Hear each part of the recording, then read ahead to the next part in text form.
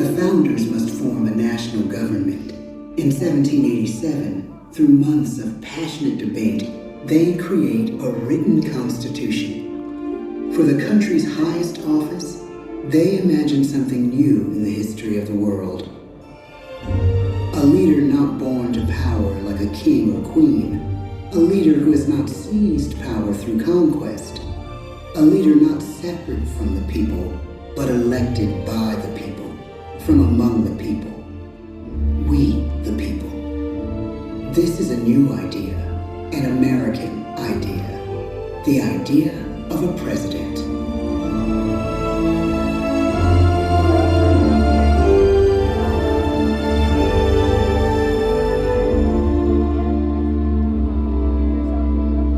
The people don't know exactly what a president will be, but there is little doubt who it will be. George Washington's stature and bearing have marked him as a leader. His integrity has made him a great one. Washington knows that many generals who have led successful revolutions make themselves dictators or kings. Instead, he steps down from power and retires to his home, Mount Vernon. The world takes note, and George Washington becomes the symbol of American ideals. In the first presidential election, it's Washington by a landslide. The only doubt seems to be his own. He writes, "Integrity and firmness is all I can promise. Integrity and firmness is exactly what we need." Everything he does as president will set a model for his successors. His final act may be the most important of all. After 2 terms, with no term limit in the Constitution and amid overwhelming support to stay in office, he steps down once again and hands power back to the people. He wants us to speak, to elect a new president. During the early years of the Republic, we choose leaders as different as Thomas Jefferson, John Adams, and Andrew Jackson. Elections are often bitter. Each president stands at that fiery intersection where personal character meets the challenges of the times. Some call the presidency a glorious burden. Jefferson calls it a splendid misery. We, the people, must choose well. We elect 15 presidents before the course of history brings us to the edge of a crisis like no other. A nation born of freedom still permits slavery. As the country pushes west, will new states be slave or free? The question produces bitter conflict. The issue rocks the election of 1860 and brings Abraham Lincoln onto the national stage. The tall, lanky, some say uncouth candidate from Illinois is a master of words at a time when speeches are printed in full for people to read. A house divided against itself cannot stand, he has said. With Lincoln's election, the House does indeed divide. Civil War. 11 states secede from the Union. The war becomes a defining passage in the American story. The president's own inner strength and depth of character changed the course of history. Lincoln had come up the hard way on the American frontier, desperately poor, with less than a year of formal schooling. His early years were scarred by tragedy, the death of his mother, his sister, his first love. He struggles with depression, but never loses his determination to rise above it. He once said he's driven by a desire to leave the world a little better place for having lived in it. The war rages. Lincoln fights to preserve the Union and end slavery. Neither is a sure thing. At Gettysburg, Pennsylvania, 6 months after one of the bloodiest battles of the war, the president dedicates a cemetery to the thousands of soldiers who died there. in words we can never forget.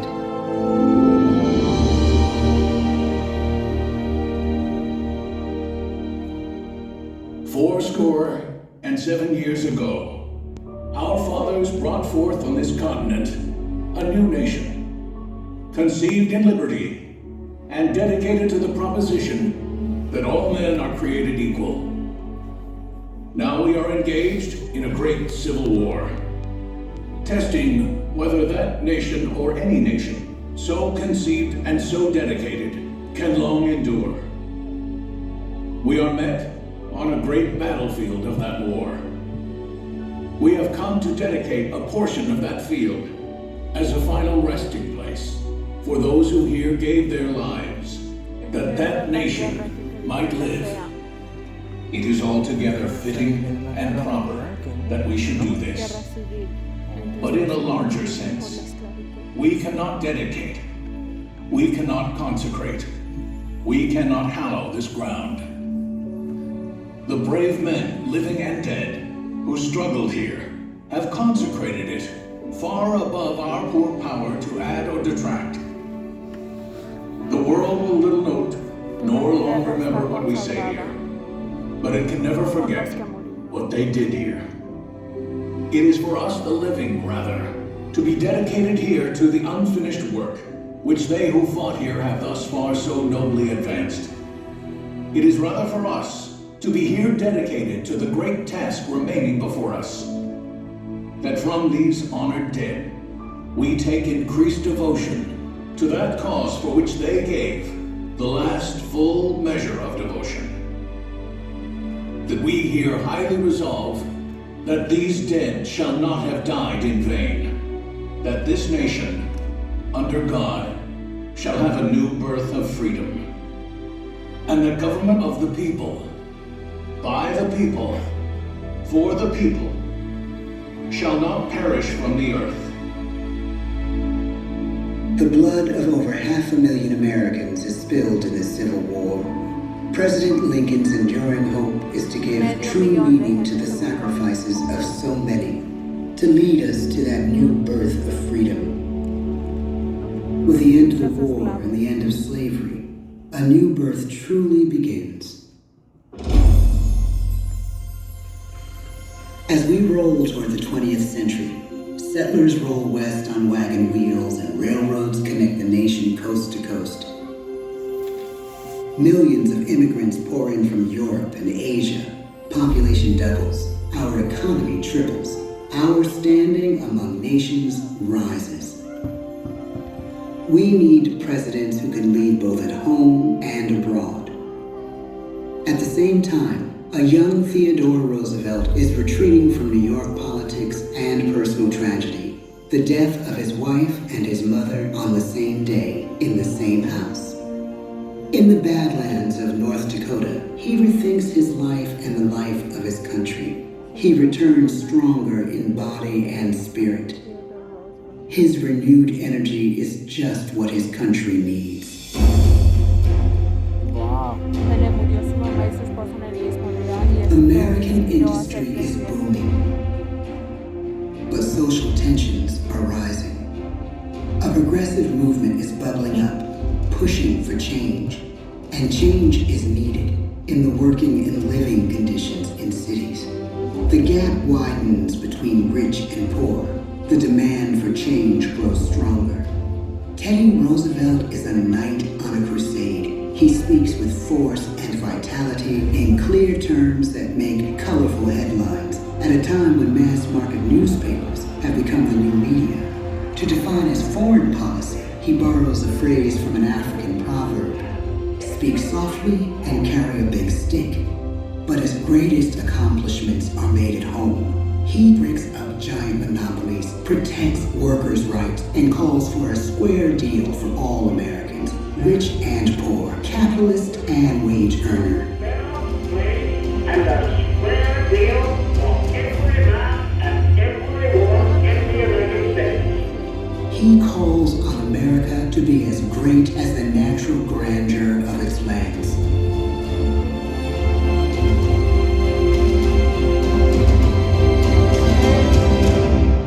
Keep your eyes on the stars and your feet on the ground, he tells us. And we do.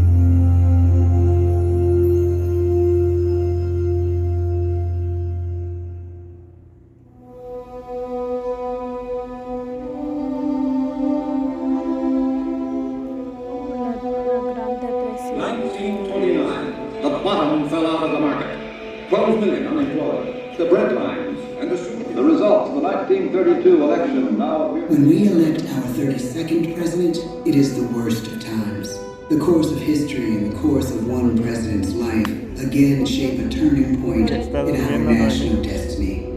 Franklin D. Roosevelt, paralyzed by polio, knows how to restore the faith of a people paralyzed by the Great Depression. I believe in practical explanation and in practical policy. He has found the inner strength his countrymen now need. He speaks to us like a friend, a neighbor. His optimism is contagious, his voice perfect for the latest breakthrough medium, radio. He calls us to believe we have nothing to fear but fear itself. And we do believe. Tonight's attacks on England are perhaps the most widespread of wars in the course of the day. But an even greater challenge dominates his final years in office. The Second World War. Esa es la Segunda Guerra Mundial y eso pasó en la Gran Depresión cuando todo su We dinero estaba must be the great desaparecido. arsenal of democracy. This is an emergency as serious as war itself. We stun the world with our production. When bombs fall on U.S. troops in Pearl Harbor, he calls us to fight on the war front and sacrifice on the home front. Ya declaró guerra porque le echaron bombas a Estados Unidos. Mira.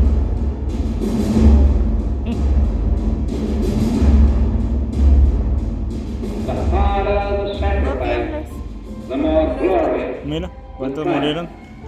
So spoke America Están in con the su year chistecito tirando. 1776. ¿Quién?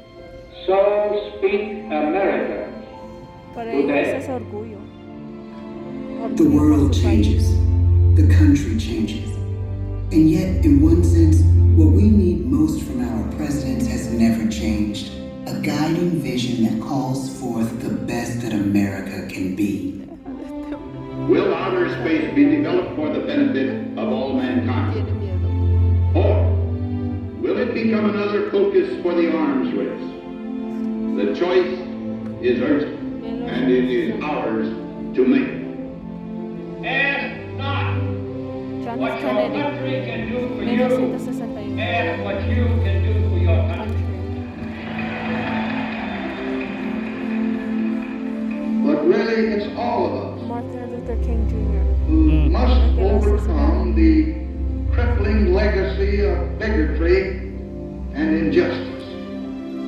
Todo eso es And por we la shall segregación, por la overcome. división de blancos y negros. ¿De One of verdad? the agreements that President Sadat and Prime Minister Begin are signing tonight is entitled A Framework for Peace in the Middle East. Mr. Gorbachev, tear down this wall. Los inmigrantes. You have lost too much, but you have certainly not lost America. I can hear you. The rest of the world hears you. Loving this country requires the willingness to speak out for what is right, to shake up the status quo. That's America. Our presidency is no longer just an idea. It is an idea with a proud history. Oh my God. ¿Serio? Ladies and gentlemen, the presidents A ver, of búscalo. the United States of America. Búscalo.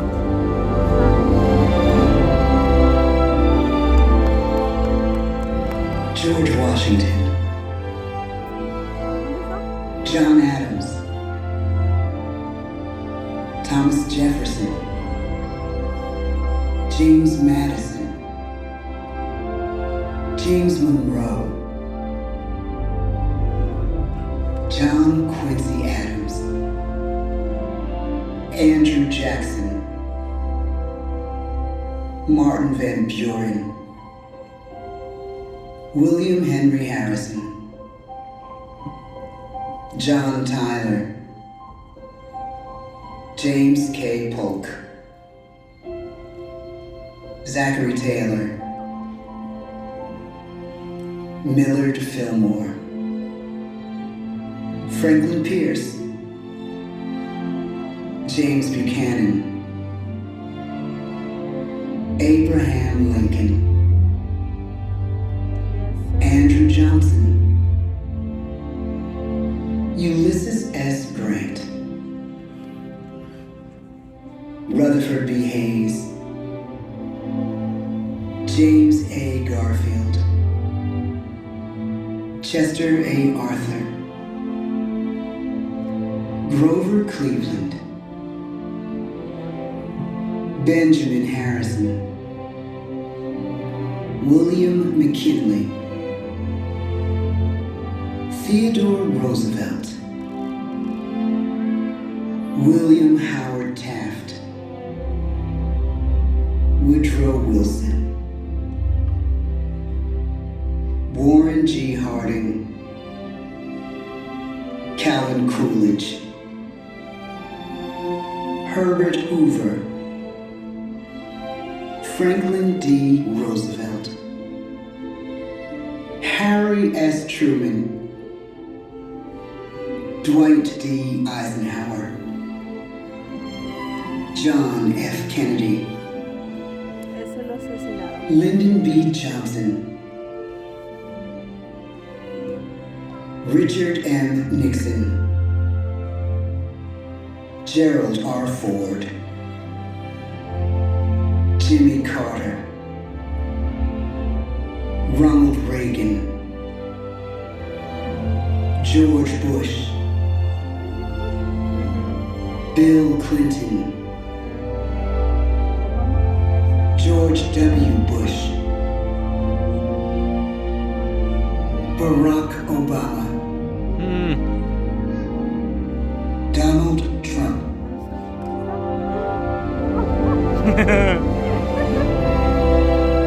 Ya está. ¿Ya lo viste? and now we come to the present. Once again, we place our trust in the idea of a president, as we have from the beginning. My fellow citizens, no event could have filled me with greater anxieties than that notification on the 14th day of April 1789 that you had selected me to lead our nation. But it was with the confidence of my fellow citizens that I took an oath. 35 simple words that have been repeated by every American president throughout history.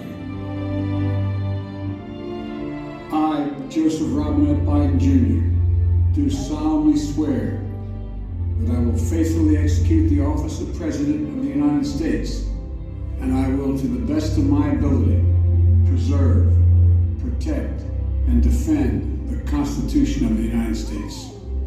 So help me God. The presidency of the United States is a role unique in the world, an office entrusted to each president by us, we the people. Therein lies the genius of that new idea, now over 200 years old. A new idea our presidents have turned into a great American idea again and again. Yo quiero que sea real. Oh my God. Ay, déjame taparme. ¿Qué? Vámonos. Imagínate tú qué gran nación. ¿Verdad que sí? I love USA. Ahorita van a gritar, espérate. Yo también.